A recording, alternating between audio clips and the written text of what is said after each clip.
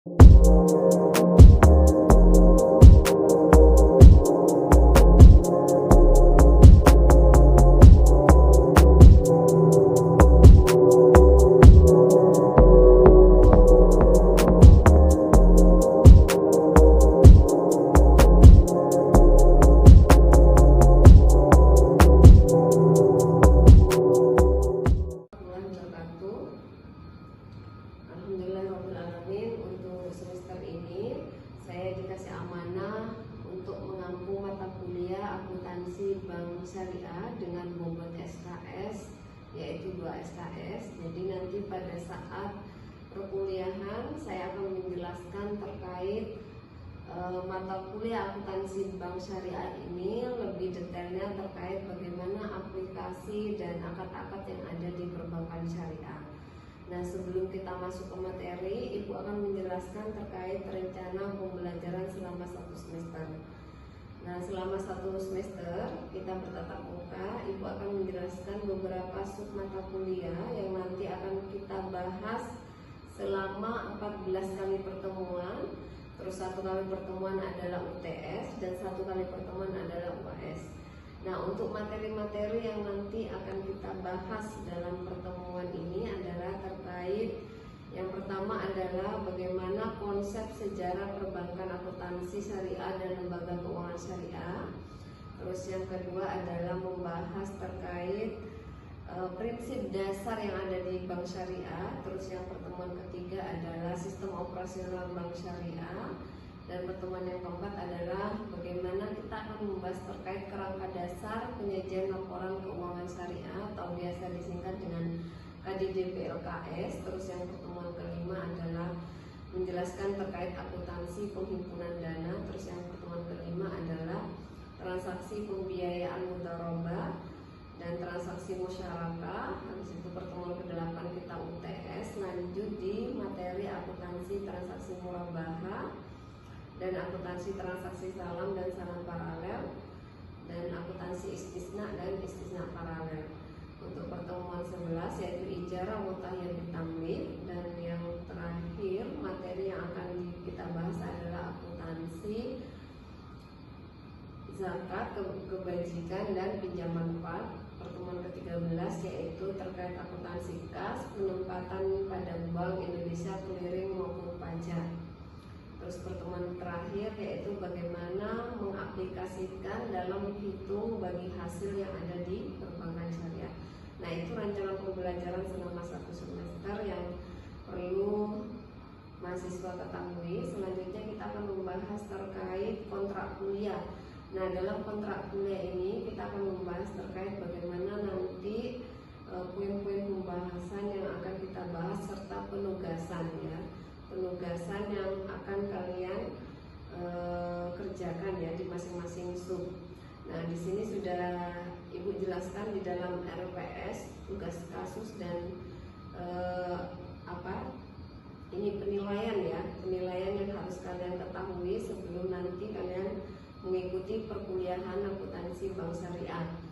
Nah, untuk uraian tugas yang tadi sudah saya sampaikan di awal. Nah, di UTS ini nanti bobot penilaian ada 30% ya. Terus tugas nanti ada beberapa tugas yang harus kalian kerjakan dengan bobot nilai yaitu 20% dalam setiap pertemuan, serta UAS 30% sesuai dengan jadwal. Nah, ini yang menjadi penting juga yaitu keaktifan. Keaktifan juga menjadi penilaian bagi teman-teman ya. Ini yang perlu kalian ketahui yaitu 20%. Nah, untuk tugas yang dinilai yang pertama adalah tugas resum ya. Resum ini supaya kalian lebih belajar lagi ya. Setiap sesi nanti akan ada tugas resum, nanti untuk penilaiannya ada 5%. Sedangkan untuk tugas latihan atau tugas kasus itu penilaiannya 15% ya. Jadi total penilaian tadi sudah saya sampaikan 20% ya.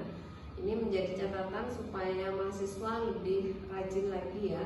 Nah, terkait keaktifan nanti bagaimana kalian keaktifan dalam di kelas, terus misalnya bertanya atau menanggapi. Nah, itu juga menjadi penilaian. Nah, terkait tata tertib selama perkuliahan 1 semester kehadiran paling minimal yaitu 80%. Terus yang kedua adalah jika berhalangan hadir wajib izin ya. Terus yang ketiga keterlambatan paling lambat 15 menit. Terus yang keempat adalah mengerjakan tugas sesuai dengan jadwal atau waktu yang telah ditentukan. Terus selama perkuliahan dilarang menggunakan HP yang diharapkan di silent ya supaya tidak mengganggu. Terus yang keenam adalah berpakaian sopan dan rapi. Nah ini rincian dari penilaian yang perlu kalian ketahui ya. Ini adalah penilaian akhir, bobot penilaian akhir, tidak ada perubahan ya. Jadi dengan angka 80 sampai 100 itu akan memperoleh nilai A dengan kategori sangat baik. Sampai kurang dari 39 ini harus ngulang. Jadi kalau kalian dapat nilai D sama E itu harus ngulang. Nah itu mekanisme penilaian yang saya berikan kepada mahasiswa. Nah untuk referensi buku yang saya gunakan ini ada bukunya Rizal Yahya, ini terkait akuntansi perbankan syariah dan menggunakan PSAK syariah. Mungkin itu RPS dari akuntansi bank syariah. Kita lanjutkan ke materi. Sebelumnya kita sudah pernah bahas terkait transaksi salam dan salam paralel. Nah sebelum kita lanjut ke pembahasan istisna, Bu Halimah akan mereview kembali terkait akad salam.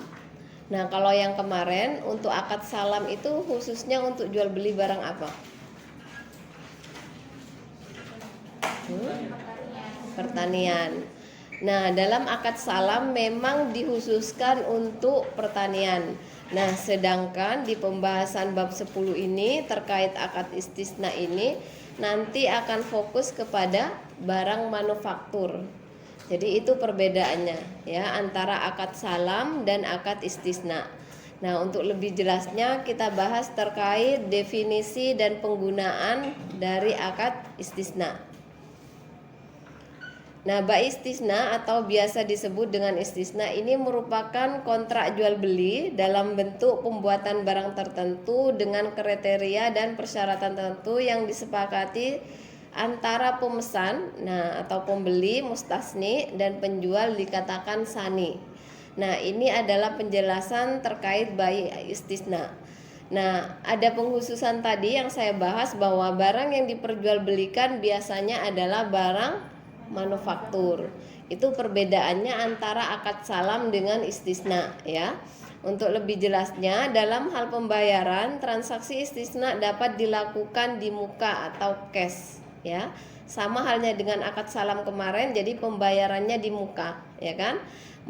Tapi kalau yang istisna ini boleh melalui cicilan atau ditangguhkan sampai suatu waktu pada masa yang akan datang. Jadi dalam pembayaran untuk akad istisna ini boleh cash atau boleh tempo atau dicicil. Tapi kalau akad salam kemarin ya di bab 9 pembayarannya langsung di muka, langsung lunas pada saat akad disepakati. Nah itu perbedaan yang kedua. Kalau tadi terkait penghususan barangnya, yang kedua adalah terkait metode pembayarannya ya. Nah penggunaan akad istisna oleh bank syariah di Indonesia relatif masih minim karena masih belum banyak diminati oleh masyarakat secara luas ya. Nah dalam hal ini terkait definisi dan penggunaannya ini sudah jelas ya perbedaannya dengan akad yang sebelumnya. Kita lanjut ke ketentuan syar'i terkait transaksi istisna dan istisna paralel. Nah, menurut mazhab Hanafi istisna hukumnya boleh. Jadi sudah jelas ya bahwa diperbolehkan karena hal ini telah dilakukan oleh masyarakat muslim sejak masa awal tanpa ada ulama yang mengingkari. Jadi secara hukum baik hukum secara Islam maupun secara negara jadi diperbolehkan bahwa istisna ini boleh dilakukan karena termasuk akad jual beli yang sifatnya dilakukan secara langsung. Jadi antara pembeli dan penjual ini berkomunikasi sebelum dilakukan akad ya.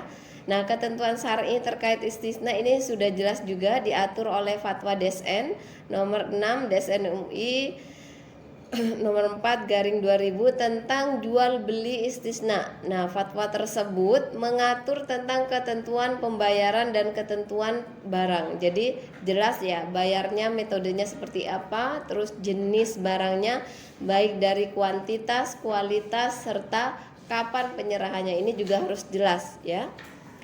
Nah, selanjutnya ketika kita sudah paham terkait ketentuan syar'i transaksi istisna ini, kita lanjut ke rukun transaksi istisna. Tidak beda jauh ya dengan pertemuan sebelumnya terkait akad salam, murabahah, mudharabah dan lain sebagainya, itu bahwa dalam setiap transaksi harus ada rukun yang harus dipenuhi, baik antara pembeli maupun penjual ataupun nasabah dengan pihak bank. Nah, ini sudah menjadi ketentuan bahwa setiap transaksi harus memenuhi rukun. Yang pertama adalah kaitannya dengan transaktor. Siapa transaktor? Pihak yang melakukan transaksi, baik pembeli maupun penjual ya. Nah, terdiri dari pembeli dan penjual disyaratkan memiliki kompetensi yang berupa akil balik ya, secara kemampuan memilih yang optimal seperti tidak gila atau tidak sedang dipaksa dan yang lain sejenisnya. Jadi secara akal sehat ya, tidak ada gangguan apapun. Nah, untuk transaksi dengan anak kecil ini boleh, tapi dilakukan dengan izin atau pantauan dari walinya. Jadi kayak ada saksi gitu ya. Jadi harus ada saksi meskipun diperbolehkan untuk memperkuat bahwa transaksi itu memang dilakukan gitu ya. Nah, terkait dengan penjual, Dewan Syariah Nasional mengharuskan agar penjual menyerahkan barang tepat pada waktunya. Jadi secara ketentuan sudah jelas ya, bahwa barang itu diserahkan sesuai dengan kesepakatan. Misalkan saya berjanji akan mengirimkan barang sekitar bulan Juli. Nah, sebagai penjual saya harus tepat waktu sesuai dengan akad yang disepakati ya, seperti itu. Ini sudah diatur dalam ketentuan dengan kualitas dan jumlah yang telah disepakati, tidak boleh dikurangi maupun ditambah. Nah, penjual diperbolehkan menyerahkan barang lebih cepat. Nah, ini boleh diserahkan lebih cepat. Yang penting jangan sampai terlambat ya. Dari waktu yang disepakati dengan syarat kualitas dan jumlah barang sesuai dengan kesepakatan, dan ia tidak boleh menuntut tambahan harga. Nah, misalkan tadi kan saya pesennya sekitar bulan Juli. Nah, barang itu diserahkan tanggal Juni, ya kan lebih awal ya, berarti kan lebih awal penyerahannya. Nah, saya sebagai penjual tidak boleh menuntut minta tambahan biaya, misalnya karena saya sudah menyerahkan lebih awal, berarti harus ada biaya tambahan. Nah, ini tidak boleh. Boleh diserahkan lebih cepat, tapi tidak boleh ada tambahan sebagai bentuk bahwa saya menyerahkan lebih cepat. Nah, ini tidak boleh ya, seperti itu. Sebelum saya lanjutkan, ada pertanyaan? Baik, ini adalah poin yang pertama terkait transaktor. Nah, selanjutnya adalah objek istisna. Nah, dalam objek istisna ini meliputi barang yang diperjualbelikan dan harga barang tersebut berdasarkan ketentuan Dewan Syariah Nasional harus memiliki ciri-ciri atau ciri khas yang memang sesuai dengan yang sudah diatur. Yang pertama adalah harus jelas spesifikasinya. Jadi jelas barang itu modelnya seperti apa, bentuknya seperti apa gitu ya kan. Nah, kalau misalkan sudah jelas baru kita sepakat, intinya seperti itu. Nah, penyerahan dilakukan di kemudian hari. Jadi ketika kita melakukan transaksi, barang itu masih belum bisa kita terima, masih dibuat. Jadi prosesnya masih dalam proses pembuatan. Nanti kalau sudah selesai baru dikirim ya. Nah, waktu dan tempat penyerahan barang harus ditetapkan berdasarkan kesepakatan. Nah, waktu dan tempat ini juga harus jelas. Jangan sampai nanti miskomunikasi, misalnya mau diserahkan di rumah kah atau misalkan ambil di tempat. Nah, ini juga harus jelas. Supaya apa? Supaya nanti tidak timbul biaya-biaya tambahan, misalnya seperti ongkos kirim dan sebagainya. Nah, kalau sudah disepakati di awal, otomatis tidak akan muncul biaya-biaya yang lain, kan gitu. Maka di dalam aturan ini memang harus jelas waktu dan tempat kapan akan diserahkan barang pesanan itu ya. Nah, poin yang keempat adalah pembeli atau mustasni tidak boleh menjual barang sebelum menerimanya. Nah, ini kan sudah pernah kita bahas bahwa barang yang meskipun sudah kita beli tapi posisinya masih belum ada di tangan kita, itu tidak boleh diperjualbelikan lagi. Meskipun secara hak itu sudah hak kita, tapi barang itu masih belum jelas ya. Nah, ini tidak boleh, sudah diatur oleh DSN. Nah, yang selanjutnya memerlukan proses pembuatan setelah akad disepakati, jelas ya. karena memang barang itu tidak ready, jadi butuh proses pembuatan baru nanti kalau sudah selesai barang akan dikirim kepada pembeli. Nah, selanjutnya adalah barang yang diserahkan harus sesuai dengan spesifikasi pemesan, bukan barang massal. Intinya bahwa si pembeli ini sudah menentukan kriterianya. Saya mau modelnya seperti ini. Misalnya dia memesan baju, saya maunya yang tunik dengan ukuran sekian, panjangnya sekian, lingkar dadanya sekian, dan saya butuh berapa piece, misalnya 100 piece. Nah, ini jelas spesifikasinya dengan ukuran, warna, terus jumlah, semuanya dijelaskan di awal. Kecuali misalkan pada saat proses pembuatan si pembeli itu ingin menambah, ya, ingin menambah dengan ukuran yang sama, tapi misalnya cuma nambah jumlah. Tapi kalau misalkan dia memesan dengan ukuran yang berbeda, otomatis harganya berbeda, ya kan, nggak mungkin sama ya. Misalnya ukuran baju S dengan double XL misalnya, pasti ada perbedaan harga, ya, seperti itu. Nah, ini masuk dalam kriteria objek istisna. Jadi secara spesifikasi harus jelas memenuhi tahapan-tahapan yang sudah saya jelaskan tadi, ya. Jadi memang harus jelas, tidak ada yang ditutupi gitu ya, secara bentuk barang, terus jenisnya dan lain sebagainya, itu harus jelas di awal. Nah, selanjutnya adalah poin yang ketiga, ijab kabul. Nah, ijab kabul ini merupakan pernyataan dari kedua belah pihak, baik pembeli maupun penjual, yang melakukan kontrak dengan cara penawaran dari penjual ataupun bank syariah dan penerimaan yang dinyatakan oleh pembeli ataupun nasabah. Jadi kalau misalnya sudah jelas spesifikasi barangnya seperti apa, terus harganya sudah deal misalnya, nah barulah terjadi ikrar atau ijab kabul. Ini sebagai tanda bahwa kita sepakat untuk melakukan transaksi atau jual beli atau akad dan sebagainya. Jadi sudah ada kesepakatan kalau memang sudah terjadi ijab kabul, ya. Nah, berdasarkan PSAK nomor 104 paragraf 12, pada dasarnya istisna tidak dapat dibatalkan. Nah, ini jelas ya, sudah diatur dalam PSAK 104 bahwa istisna itu tidak boleh dibatalkan.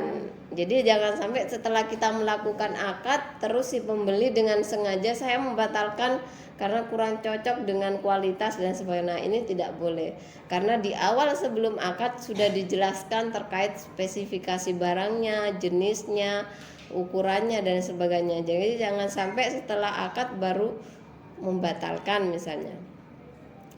Nah, dalam artian kedua belah pihak setuju untuk menghentikannya, kecuali memang antara pembeli dan penjual itu sepakat, ya, jangan satu pihak. Misalkan si pembeli membatalkan tapi si penjual tidak mau, misal ya. Tapi kalau misalkan penjual juga sepakat atau setuju untuk dibatalkan, nah ini sah-sah saja. Tapi secara ketentuan kalau misalkan sepihak yang membatalkan, nah ini tidak boleh, ya, seperti itu, baik dari penjual maupun pembeli. Nah, yang kedua, akad batal demi hukum karena timbul kondisi hukum yang dapat menghalangi pelaksanaan atau penyelesaian akad. Nah, dalam artian misalkan pada saat transaksi sudah dilakukan, ternyata ada kendala. Kendalanya itu memang tidak bisa dimaklumi, atau misalkan barang itu sudah langka, nggak diproduksi lagi, padahal ada pesanan. Nah, ini kita juga harus tahu kondisi. Berarti memang sudah tidak produksi lagi. Tidak bisa pembeli itu maksa harus barang yang memang sesuai yang dipesan di awal. Tapi ternyata barang itu memang sudah nggak ada di pasaran misalnya. Nah, ini kan secara kemungkinan otomatis bisa saja diganti dengan barang pengganti atau terjadi pembatalan akad. Nah, kondisi seperti ini memang kadangkala terjadi ya, karena tergantung kondisi. Ibaratnya si penjual pun tidak bisa maksa untuk tetap melakukan jual beli, karena memang barang itu sudah tidak ada di pasaran, kan gitu ya. Itu boleh dibatalkan karena memang kondisinya sudah tidak memungkinkan untuk dilanjutkan kembali, ya. Nah, ini terkait akad istisna. Nah, kaitannya dengan rukun transaksi istisna paralel ini tidak beda jauh ya, sedikit ada tambahan bahwa berdasarkan fatwa DSN nomor 6 tahun 2000 disebutkan bahwa akad istisna yang kedua ini, jadi setelah istisna baru bisa dilanjutkan ke istisna paralel. Sama ya perlakuannya dengan akad salam yang di bab 9, akad salam dulu baru bisa dilanjutkan ke akad salam paralel ya, secara aturannya seperti itu. Nah, berdasarkan fatwa DSN nomor 6 tahun 2000 disebutkan bahwa akad istisna yang kedua antara bank sebagai pembeli dengan petani sebagai penjual harus dilakukan terpisah dari akad pertama. Jadi selesaikan dulu akad istisna yang pertama baru bisa dilanjutkan ke istisna paralel ya, seperti itu. Nah, yang kedua adalah adapun akad kedua baru dilakukan setelah akad pertama sah ya. Jadi kalau sudah selesai baru bisa dilanjut ke akad yang kedua. Nah, terkait rukun-rukun yang terdapat pada akad istisna ini, yang pertama maksudnya bisa atau berlaku di akad istisna paralel ya. Sama halnya, coba ketambahan tadi harus selesai dulu akad istisna baru bisa dilanjutkan ke istisna paralel ya, seperti itu.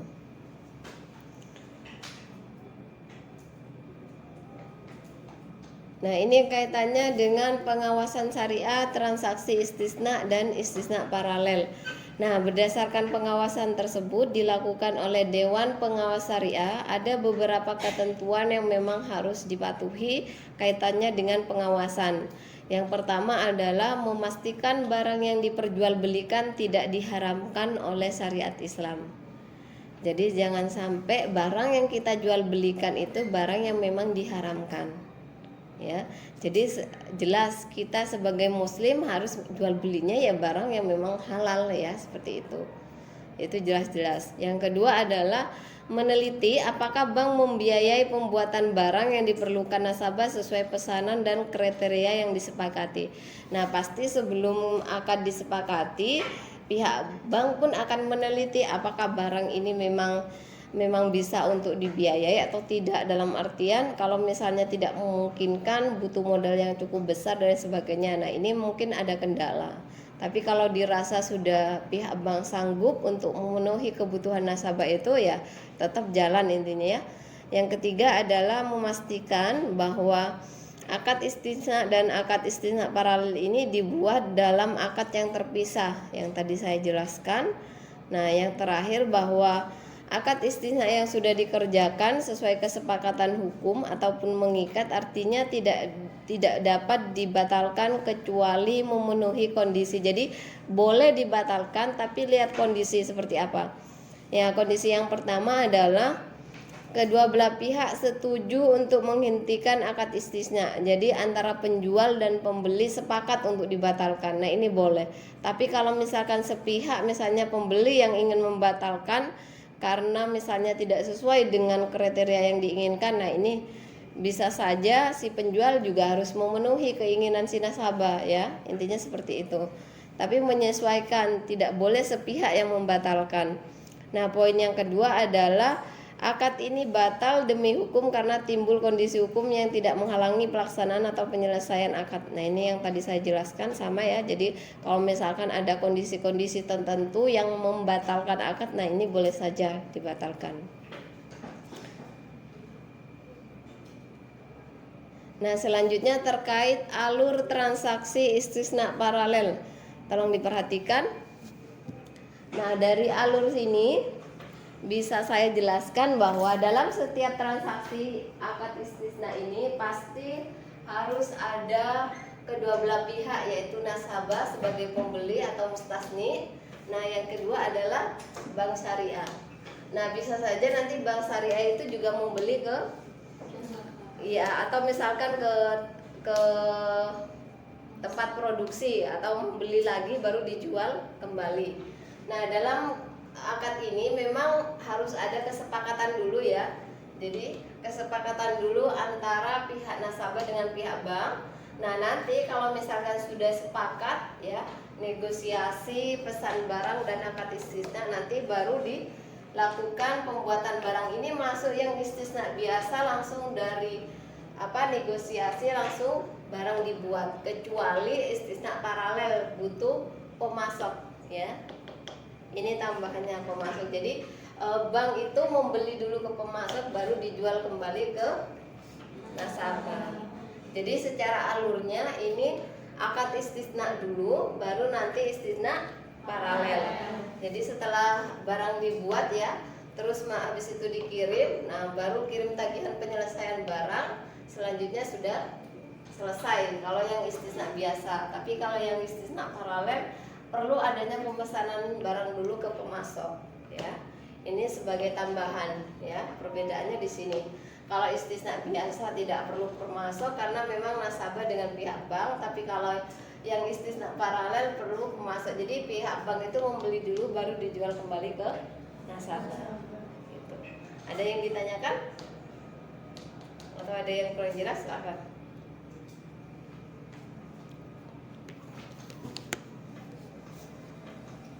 Dari alurnya jelas nggak? Insya Allah jelas. Baik, kita lanjut ke cakupan standar akuntansi istisna. Sebelum kita masuk ke contoh kasus, nah ini cakupan standar yang memang sudah diatur dalam PSAK nomor 104 tentang istisna, bahwa terkait dengan pengakuan, pengukuran serta transaksi ini mengatur tentang penyatuan dan segmentasi akad, pendapatan istisna dan istisna paralel, istisna dengan pembayaran tangguh tadi ya, biaya perolehan istisna, penyelesaian awal pengakuan taksiran rugi maupun perubahan pesanan dan tagihan. Jadi dalam PSAK ini semuanya diatur kaitannya dari pemesanan awal hingga misalnya timbul tagihan ya dalam transaksi istisna ini. Nah, dari cakupan standar ini nanti kaitannya pada saat transaksi sudah dilakukan, bagaimana pengakuan di awal pada saat pembayaran, terus tagihan, terus barang dikirim dan lain sebagainya. Ada yang ditanyakan atau ada yang kurang jelas sebelum saya absen?